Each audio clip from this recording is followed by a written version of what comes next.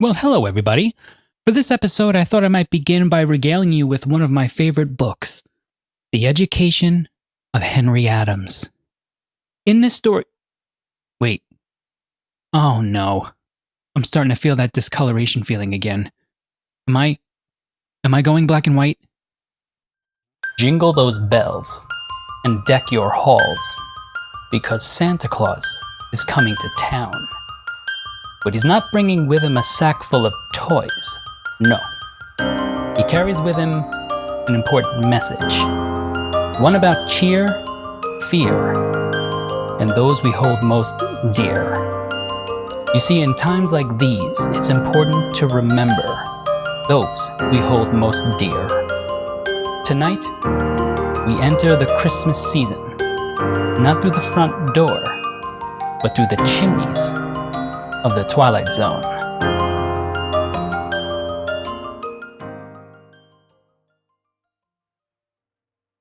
So my personal goal for this holiday season is to get you to smile a little bit, to be a little sillier, and to think about ways in which that we can continually help each other out and support each other, especially in times like what we're currently living through with the pandemic.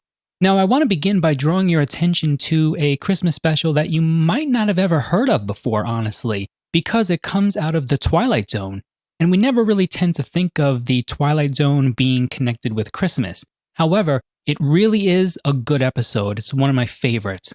Now, most people are familiar with the Twilight Zone, either the original series from the 50s and 60s, or the newer series now that's being produced by Jordan Peele. I still remember the ones from the 80s, which were very hit or miss, and I think we all want to forget about the ones from the 2000s. It's not very good. Now, the episode that I want to talk about today is entitled Night of the Meek, and it takes place in Season 2, Episode 11 of the original series. It first aired back in 1959, and it stars the actor Art Carney, mostly known for his portrayal of Ed Norton.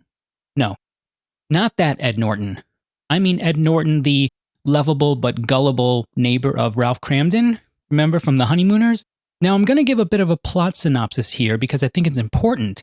However, if you want to go check out the episode, first and sort of get a sense of it and then come back for my, brief sort of episode breakdown, I'll go ahead and I'll put a timestamp below that will start the plot synopsis and then one that will start the episode breakdown itself.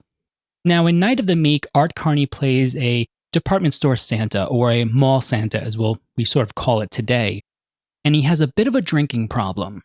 Now, for the most part, he's good around the children and he sincerely loves his job, but obviously you can't have a drunk Santa around kids.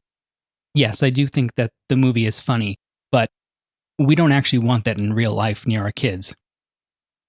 The problem is that our Santa has a lot of trouble reconciling all of the suffering that he sees in his immediate vicinity, right? He sees a lot of children without, food, without, things that they need. He sees a lot of people at the local shelter who are without jobs and in need of clothing.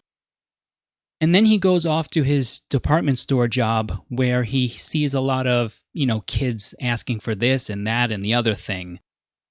The episode essentially reaches its point of climax in the conflict between a parent and her sort of bratty child. Just as the child is about to sit on Santa's lap, he sort of falls over drunk. And immediately, of course, the department manager comes over and, rightfully so, fires him on the spot. However, he wants to let the manager know that he understands why he was fired, but that he doesn't for even 1 minute believe that he was rude in any way to the woman, to the mother of the bratty kid. He just wishes that more people would have a sense of mercy and understanding of those in bad shape around them. This scene is particularly heart-wrenching because he gives a kind of monologue and talks a bit about why he drinks, and essentially it comes down to a simple choice for him. He says he can either drink or he can weep, and drinking is much more subtle, meaning that he basically believes that he can function drinking, but he can't function as someone who is constantly weeping. And that's a truly horrific place for someone to be in. This is when the Twilight Zone essentially steps into play. As our Santa is sort of wandering down an alley, freshly off of being fired from his job, he sees a bag full of empty, cans, like soup cans, and he passes by it. But then, as he takes a few steps past the bag, he hears a kind of sleigh bell jingle kind of sound. And when he turns back around and looks at the bag, it's now filled with all these beautifully wrapped presents. Well, of course, he realizes that this is a miracle in front of him, and he basically doesn't waste any time. He puts the bag over his shoulder and heads on over to the local shelter to start giving out these gifts to people in need. Now, the department store manager learns that Art Carney, or our Santa, is out just giving, items out for free. He, of course, assumes that our Santa stole those items from the department store. So he brings a police officer with him down to the shelter in order to confront our Santa. Now, I don't want to fumble my way through this scene at the shelter. I'd rather you actually watch the scene because it's kind of fun and it's kind of interesting how our Santa is able to get out of trouble there. But nonetheless, he is able to get out of trouble and go back out into the street where he gives out more presents to the kids until the magic bag is essentially empty. Now, you might think that this is the end of the story, except there's one more gift left to give, and that gift is for our Santa, a sled, and the elf. And the elf informs him that if he would like to, he could do this every year, and really just sort of give out gifts to those in need. Of course, he says yes, because this is the thing that he's always wanted to do. And thus we get this really fun kind of ending where he's in the sled and just sort of riding off, Now, this story sounds pretty straightforward, right? Especially for a Christmas story.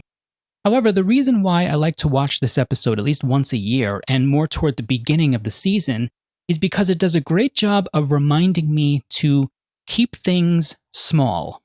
There isn't really much talk about this Santa Claus going around the world and giving gifts to everybody. The truth is that he really is mostly concerned with his local community at that point. He interacts with the people who were jobless. He gives toys to the children from the neighborhood.